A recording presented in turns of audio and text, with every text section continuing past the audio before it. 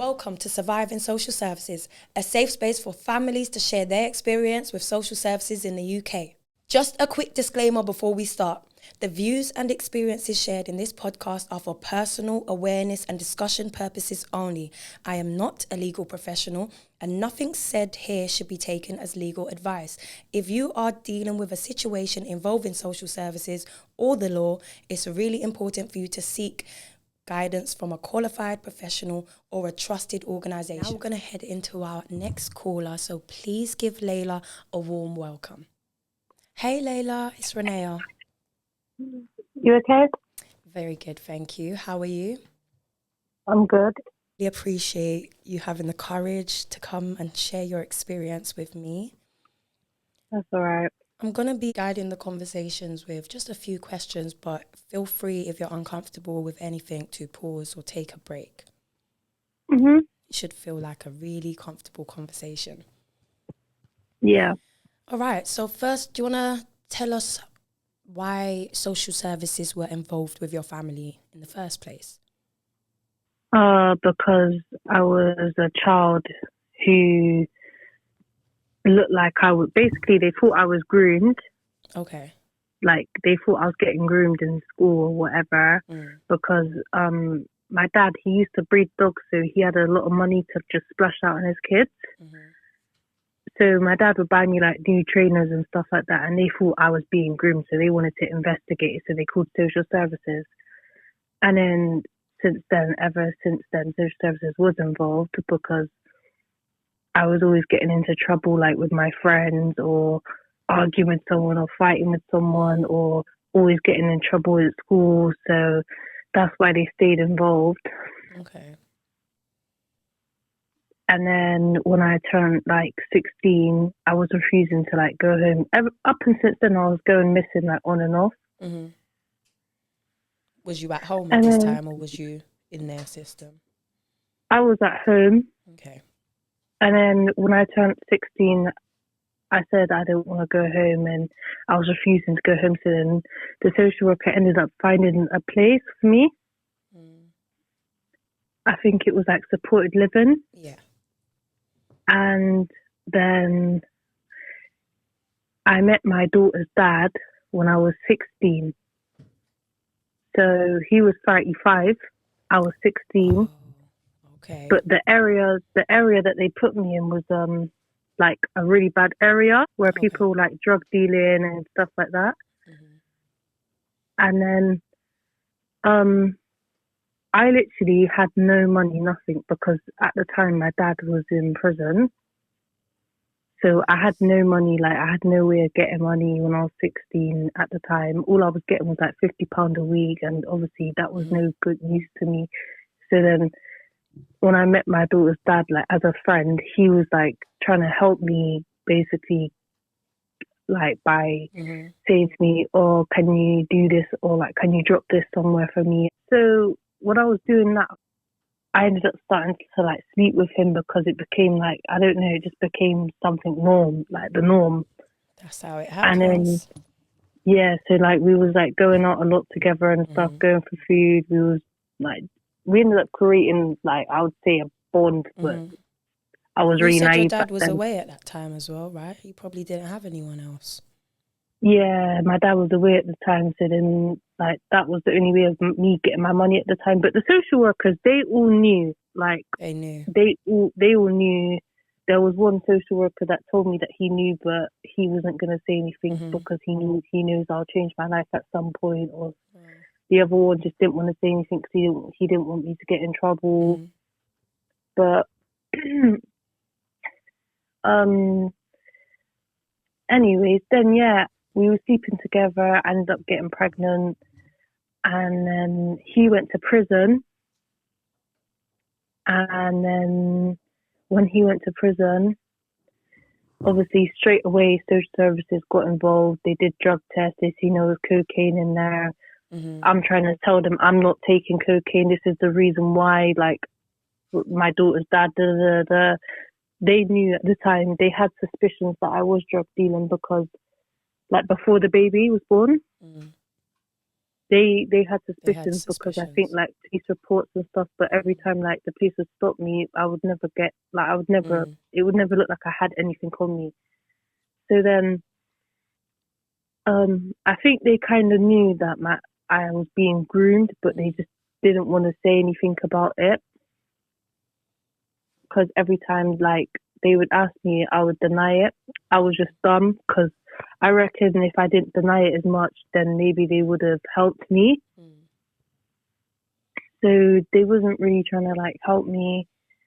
And then they was doing drug tests and stuff, and then they put me on a plan. I think it's like I don't know what type of plan it was, but it was some type of plan. I think it was like the first steps towards the assessment. I was doing the assessment, and I don't know if I even passed or failed like the first couple ones. And then they was asking me to go to a mother and foster placement, and I was point blank refusing. Like these times, I'm like 17, and I'm not even thinking of what they could do. Like Yeah. I really thought that what I was doing at the time was not wrong because I was so young and naive to everything, and everything was a blur, and it just didn't feel real. So when like that was all going on, they ended up making a solution saying that I can stay at my mum's for 12 weeks and then move back into my flat. And then when I did move into my mum's, I stayed there for a couple of weeks. And then I said to the social worker, I want to go home. I don't want to be here. Like, I need my own space because my bedroom was small. Like, it was getting overfull and everything when the baby was here. So I moved back into my old place. Everything was fine. When I stopped breastfeeding my daughter, I started smoking weed again. So then that was a problem because the baby was upstairs in her crib asleep on the camera because I was outside for like 30 minutes. I guess it just depends on who you get in the mother and baby unit, because I know in my mother and baby unit, there'd be a lady in there who would be totally fine. She'd even go up and watch them for us. But then if you do that same thing with someone else, they're going to be writing that down, reporting that. Yeah, but I'm not going to lie to you. I did not know that. I was being dumb. Yeah, because you're naive at the time and you was probably young, right? I didn't see the wrong in it because I thought if my baby's on the camera and she's asleep, because she used to sleep through the night like gold. Like, she was always good with her sleeping. So I kept doing it a lot. I'm not going to lie. I kept smoking outside a lot. And then one night, I just got a call from the social worker saying that they need to do a meeting ASAP. I'm thinking this meeting's going to go okay. I'm going to make sure like everything's going to go okay. The social worker puts a section 21 in front of me and tells me to sign it. So I'm not signing that. She's like, you need to sign it because we need to support you and your baby. And I'm like, I'm not signing it. And then I must have started crying and walked out. Then her manager was like at the door saying, oh, we're going to apply for emergency court next week. Don't worry. Da, da, da, da. I'm just crying. I'm just leaving with my baby, but I'm crying. And then literally we went to court and my lawyer was moving really weird. Like she wouldn't let my mum in the room, like in the room to talk, like the meeting rooms where you talk to the lawyer before going into court. And the lawyer was like, oh, this is looking really bad. I think you should just go in and do it. And I just said, you know what, I'll go and do it. So then I went far away. So I didn't have no support system. I didn't have no about to say that. So far away from your support. Yeah, so I didn't have no one come see me. I was on my own. I was crying a lot. My emotions were going up and down because, like... Was it just you and baby? Yeah, it was just me and my baby. Wow. And then they made me do a DNA test with the dad. The dad did the DNA test. Wow. From then, I should have never done that. I know where this is going already. Yeah, this made me just give him more access to the child and a more of a say to what to do with the child. Because what a lot of people don't know is that even if a father is not on the birth certificate, if there is a DNA test done, you're doomed. that is the same. It has the same rights The same rights. as a birth certification signing would. Yeah. So, yeah. Yeah. And I was not aware of that. I was not warned of that or anything. Mm-hmm. But what I will mention, when I was pregnant, they sent the sister-in-law to come and speak to me, the brother's wife, and she came and she come to speak to me to drop me baby stuff. And like, she was like to me, oh, can I be your next of kin? And I just looked at her and I was like, I don't need a next of kin. Like, this is my first time meeting her as well. So I'm not being aware. I'm so naive. I'm not even clocking what this woman's saying to me. So obviously, when I went to the mother and baby unit, she was really involved. Like, she was always calling me, always contacting me, and I was always replying. And then they must have said to me, like, for the first 2 months in the mother and baby unit, that everything was fine. But in the mother and baby unit, there was this one staff member who took me and my daughter to the mosque, and she introduced me to her daughters, which was a safeguarding issue. And literally a couple of weeks after that, she must have left her job and went to a new job, but they found out that she's done that. And they didn't want to tell the court that because they knew that it was a, what's it called? Breach? Yeah, their unit could have got shut down because it's a safety unit. Yeah. So they said that they wasn't gonna say anything. And then I just thought, you know what, cool, whatever. I told them the truth, what they wanted to hear. Like, everything should be okay now. And that's when, like, things started going wrong when that happened. Really? So then I went to court they wanted to remove the baby through a screen. Like, they didn't even want to do a face-to-face court. Because they said that when it was time to leave, they said they couldn't find no mother and baby foster placements to send me to with my daughter to be safe. Because they said that I couldn't be safe. The reason why I couldn't be safe was because my emotions were not, like, my emotions wasn't good enough, they're saying, basically, and I couldn't regulate my emotions because I'm getting upset with them. Like, they would barge in the night time, say that my daughter's already bathed and fed. Straight after she's bathed, she's happy to go to sleep, like, she's not going to wake up. And the staff member was like, oh, she's missed one feed, which is for now, you need to wake her up and feed her. So I would say, you know what, cool, I'll just do it anyway. They watch your feeds. They didn't even do that with us. That's crazy. No, this place was extreme. They had a camera on the wall and a voice recorder, but my voice recorder or camera wasn't on. The only time it would be on is when me and her would co-sleep. So that was the only problems I was getting, was like co-sleeping, like not being able to regulate your emotions. These times you're getting drug tested, I'm passing every single drug test.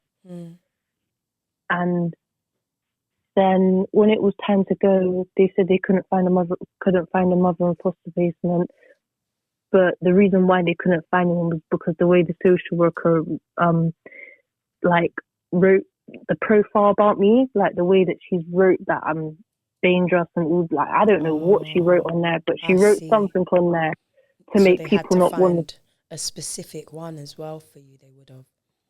Yeah, so they said that they couldn't find one, and that if I can find anybody, then yeah.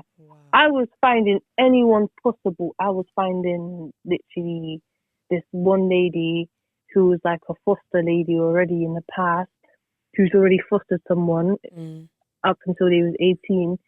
They even said no to her. They said no to everyone. I even tried to put my mum through. They said no to my mum. They literally said no to everyone from my side. I've been hearing that a lot lately, and they did that with me as well. I got no's across everyone. And I'm just hearing that so much with literally everyone. And people are saying this, just like what you said, like even somebody with experience, somebody who used to be a foster carer or parent, and even they're getting told no. It's just what? Yeah, so they said no to my mum because they said, oh, that she has uncontrollable seizures, and at the time my dad was in prison. But my mum, she's had 4 kids. She's literally at the time she had a 3-year-old. so when my mum seen that, she was just like, oh my God, what the hell? And then the sister-in-law contacted me and said to me, oh, we'll foster you and the baby together. But when the chance came, she turned around and said, no, we only want the baby. Wow. So that was just like more shock to me. But in the court letters, they was writing like the dad's family were writing stuff like, and the dad, that we don't support her with the baby. We only support the baby if she's with us and stuff like that. So I was just like, wow, this is crazy. They're actually trying to take my baby. Like, yeah. I used to think that and is that when it hit you? Like, because I guess you probably didn't think they were going to take.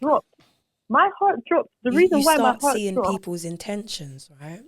yes, my heart dropped so bad because to see the dad, I was still talking to him and everything.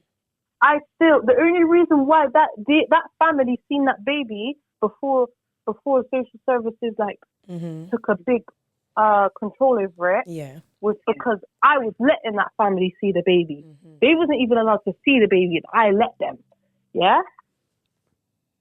And that's what really pissed me off was like, I'm the one that brought my daughter into your life and you didn't have to. I should have listened to everyone else that told me not to, but I wasn't trying to be one of them weird baby mums that stop guys from seeing their kids and stuff like that. I didn't want to be like that because I've never had that from my mum. Yeah.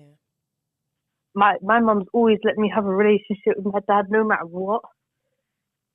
So that's just what really shocked me, like that the family just snaked me so bad. And then I remember the judge was like, yeah, we're not going to do this over video or whatever, so we want to do this face to face. So I had to leave the baby in Birmingham at 6 o'clock, unpack, and leave her there. Wow. So to attend this. So do you see? Didn't. So you're taking a minute out of doing what you should be doing and focusing on being a good parent and trying to be the best parent you can to leave your child and travel all the way down to fight for your child. Yeah. So I had to go all the way back to fight for her in the morning as well. And so during this time, didn't they offer you anything like a therapist or like, because you know you were seeing somebody older than you, like did they have any kind of... They offered me a talking therapist in the mother and baby unit. Okay. And it was only in the mother and baby unit that they did that. They never did it before or anything like that. So when I left and I did the court order and whatever, my lawyer didn't let my mum in the room again. And my lawyer said to me, there's no point of fighting this and going through 7 days of court. So I went with what the lawyer said, was not going through 7 days of court, because she said to me that if I say that I'm not going to fight through 7 days of court, and I understand like their reasons and stuff like that, comply, that they could give me a better option of seeing my baby more maybe, or like being able to like just be around more. So I listened to that, and then the judge was like kind of okay with it. They was just like, okay, well, we're still gonna make sure that if you do all the things that you needed to do, like your talking therapy and your DHI for weed smoking in the past and all these things, and go to college. So like right now I've done college, I've done the DHI, I'm still struggling to get talking therapy. I'm literally being on the waiting list. I've got another 6 months to wait. But I think you're supposed to, when it's court ordered, I feel like you're supposed to get talking therapy from like that deals with court family law or something like that. 100%. Well, I think we're meant to have therapists to deal with social services and its as a whole. Like their involvement as a whole. Yeah, even when you like go on BBC iPlayer or no, not BBC iPlayer, BBC iPlayer, no, BBC News. Yeah. And or like one of them pages of BBC talking therapy or something like that to find in your area. Everyone that I find, or even when I'm going to these other places that like got offices and stuff, Mm-hmm. they don't want to deal with my case because they don't want to be writing reports for court because I don't think they want to be investigated like that. And since then, I haven't been able to be finding therapy. I ain't spent one birthday with my daughter or like Mother's Day or Christmas. So, because let's get through, because I was hoping you wasn't going to finish the story like that. Oh, So, yeah. so are you trying to say that it didn't end well? No, Oh, my basically, babes, I want to hug you right now. I only see her literally once a month. Oh, The my dad's gosh. family, the dad will literally refuses to speak to me. Like, he absolutely refuses. Oh, my He's gosh. only started seeing his daughter after everything he's done because the social workers are saying that I need therapy for childhood trauma Okay. and for being groomed by the dad. Yeah, so the social services then have a duty of care to provide you with therapy, and also they are partly to blame for you even being in that situation because they had involvement and knew of you beforehand.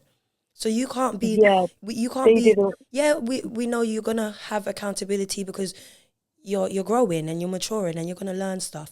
But in all honesty, you shouldn't be the only person taking accountability for the fact that when you was young, you made a mistake and got with someone who was older. That they were Yeah, there for that. this social worker, she was young. Like, I don't think she even knew A what lot she of was them are. doing. A lot of them are young, no experience, no No kids or family. nothing. Yep, no kids. It's just a joke. It's just a joke. And so when I did go to see my daughter the next day, mate, I'm not gonna lie to you, it broke me down. Like, Of course.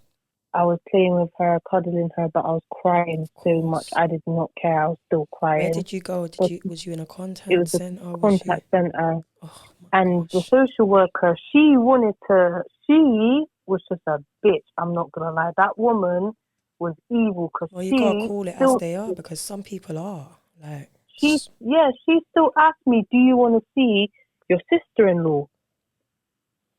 Like, I feel like the social worker was testing me. So Like you know she's, what? yeah. So I said to her, "Yeah, I do want to see her. Bring her in."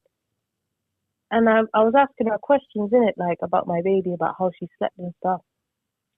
She actually lied to me. She said to me my daughter was good, but a couple months down the line, she actually told me literally a couple of weeks ago that my daughter was not blinking when she came to them. She was just standing there like a frozen soldier. The only reason why she started like bubbling up at the start was because of the little girl that they have there. I was gonna say, was there another child there? That's literally Yeah. what happens.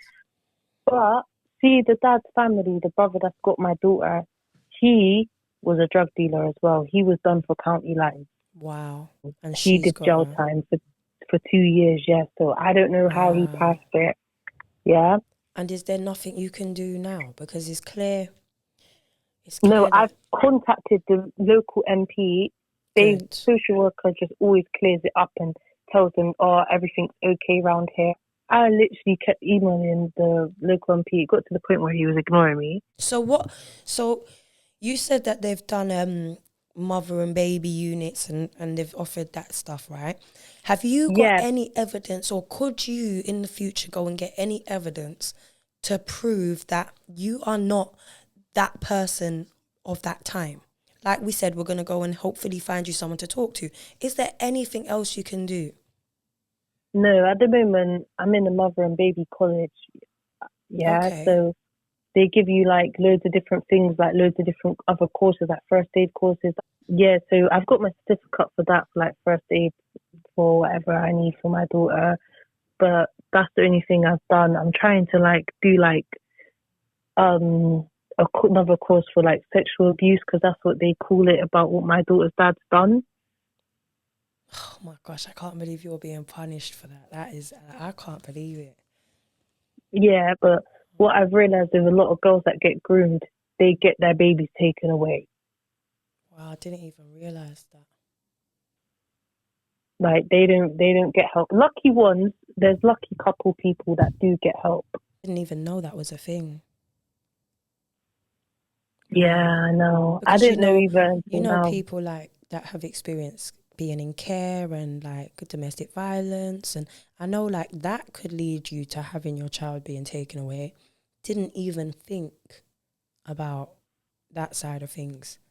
Because I just don't even think, how can you blame someone for being groomed? Like, the meaning of being groomed means they literally were too young, didn't know what was going on. They were manipulated. Yeah. And then when I did report it to the police about me being groomed in the past, social worker literally went and cleared that up. Wow. Because the police had to tell her, obviously, because it gets written down. So she went and cleared it up. And yeah, I think she ended up telling the sister-in-law as well. So that was another thing that wasn't good. So I told the police lady, I can't continue speaking about this if she's gonna go and tell. Yeah, of course. They're gonna stop me from seeing my baby at some point. Really, social workers shouldn't be able to do that. Of course not. But they do have power that people don't know about.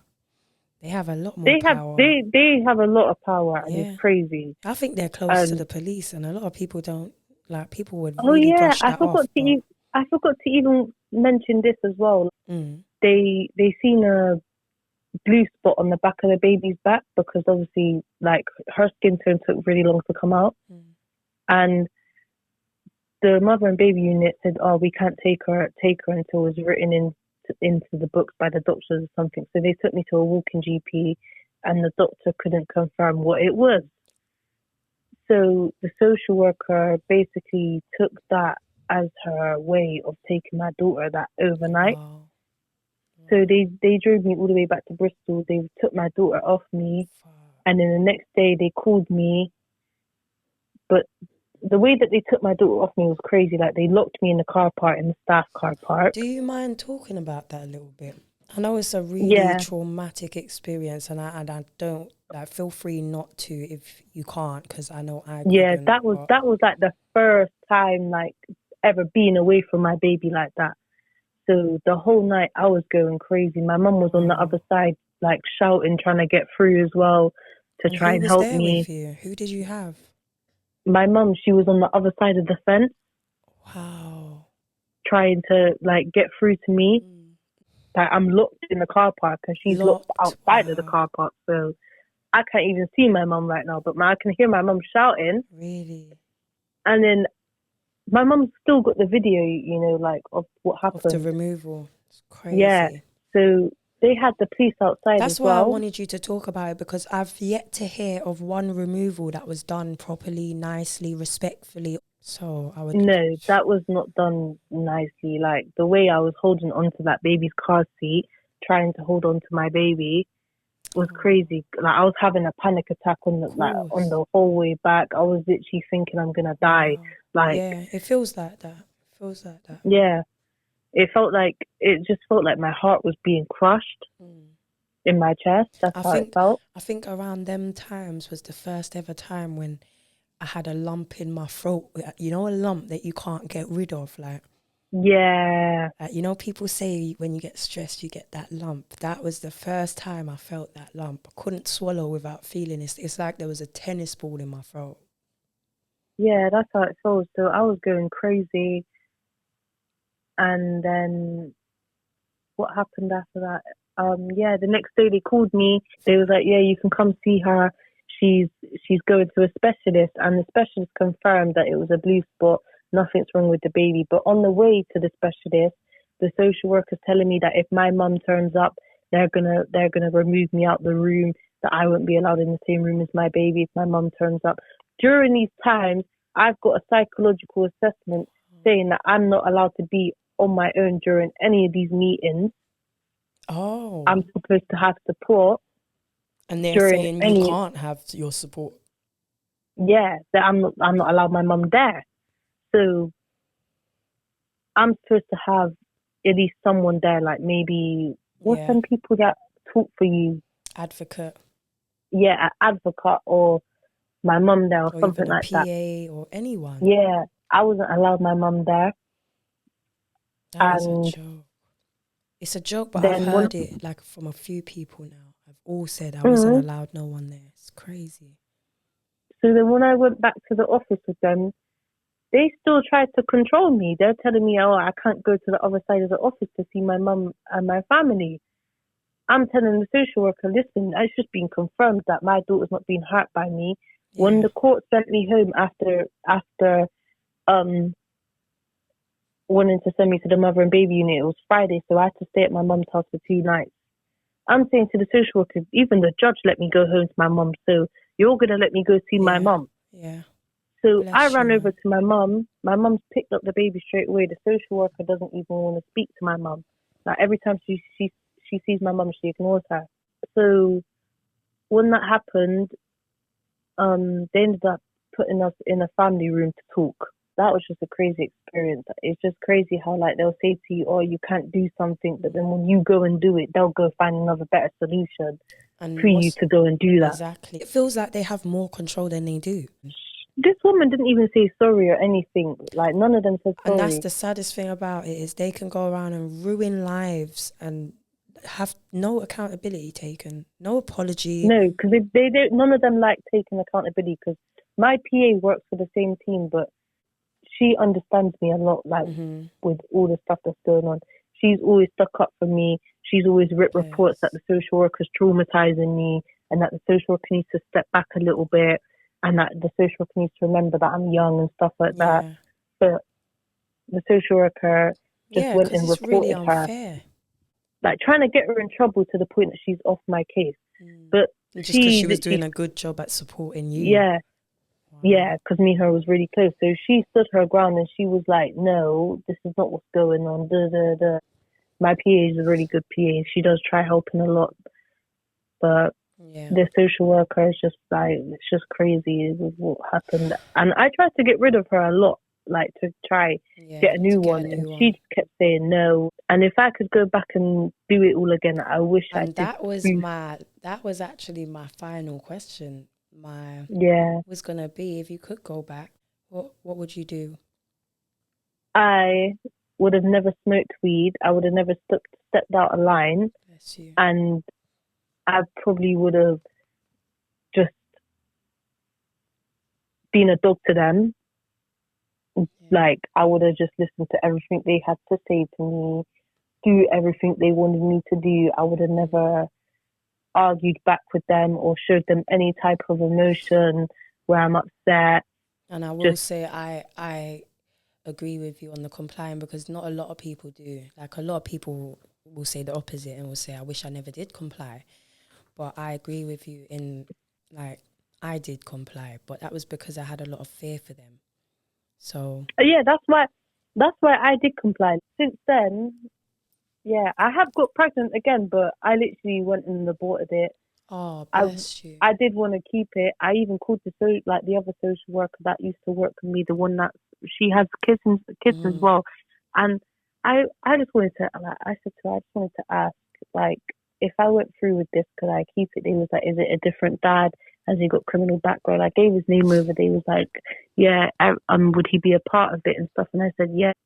And then I found out I was like 6 weeks, but I went through with the abortion. It was my first abortion, and it was like, now if I could go back, I probably would have kept it, knowing that you're going to get more contact with your other child.